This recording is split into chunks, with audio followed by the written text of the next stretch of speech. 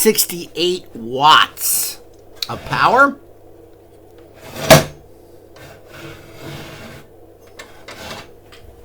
We get a closer look at this.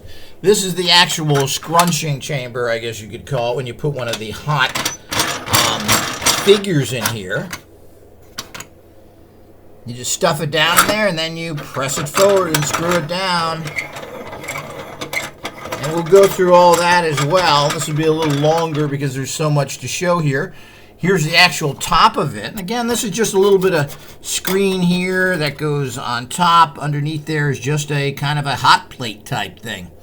And you have a little handle here to open and close the chamber that you use. And you'll see it says on the top here, you can see where it says Mattel Inc. Toy Maker. Again, this is from 1967.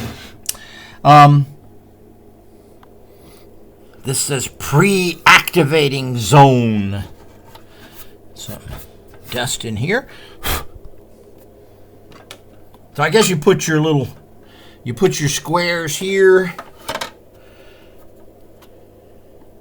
that you're going to put in there. That's kind of the pre-zone, so you can pick them up easier with the actual plastic pliers. Then you open it up, and once it's hot, you take your little tweezers, and then you pick them up and put them in there, such as this. So it's a pretty cool toy, and you'll see what I mean when I show you the actual demonstration.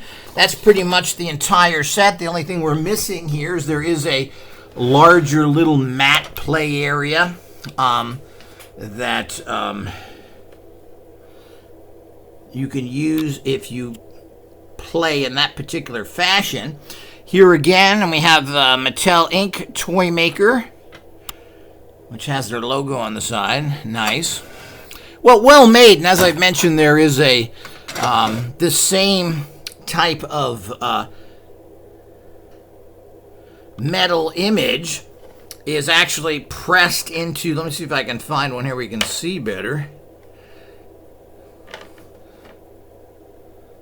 This image is actually pressed into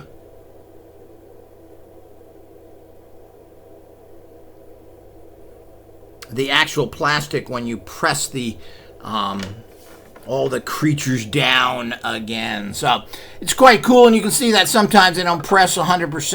As you use them a lot, you get into some of the problems. Here's another one where it's kind of partially didn't quite press properly, but and you can see that's kind of the making of one of the creatures.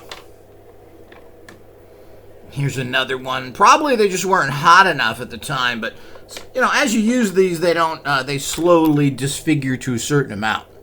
But you can see, even with the age of these, most of them are pressed pretty good.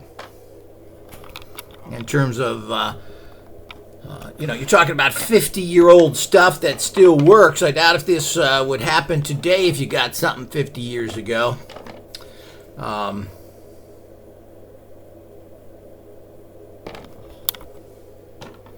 So here's all the cool ones. Again, oftentimes you can find these on eBay and other places, and you can find the extra, these extra things that go in there if you're missing some or you want extras.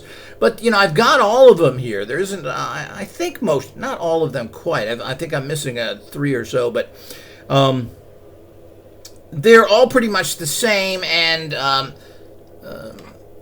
there isn't a lot of them. As I said, you know, once you've gotten the, I think 16 or so, they said come with this. Once you've gotten those, there really isn't much more. I think only about 4 or 5 more were made, and they're nothing overly exciting. So I hope you enjoyed that.